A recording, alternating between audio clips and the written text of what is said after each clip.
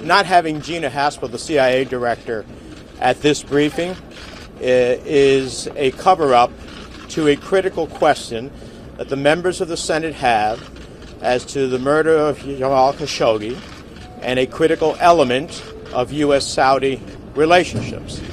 It's outrageous that the Senate can be stonewalled from hearing from the CIA director. I have respect for the Secretary of State and Defense, but I don't need them to characterize the information of the CIA and the intelligence community. I need to hear it directly. Because Gina Haspel, if all of the accounts are true, would have said with a high degree of confidence that, in fact, the Crown Prince of Saudi Arabia was involved in the murder of Jamal Khashoggi, a United States permanent resident and a journalist. I understand the strategic relationship between us and Saudi Arabia, but I'm not going to blow past this. So if that briefing is not given soon, it's going to be hard for me to vote for any spending bill. The reports were that the CIA director was prevented from coming here today. Well, then they're going to have a hard time getting me to vote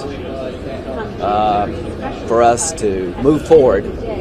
I'm not, quite frankly. I am not going to be denied the ability to be briefed by the CIA that we have oversight of about whether or not their assessment supports my belief that this could not have happened without MBS knowing.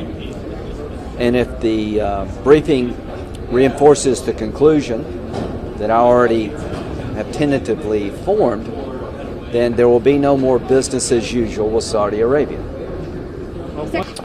The most persuasive presence in this briefing was the empty chair, a chair that should have been occupied by Gina Haspel, the head of the Central Intelligence Agency.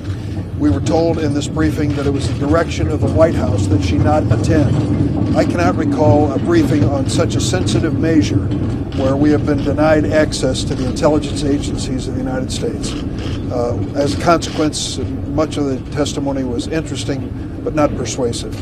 There are many of us who believe that this execution of Khashoggi in Istanbul could never have taken place without the knowledge and direction of the Crown Prince of Saudi Arabia.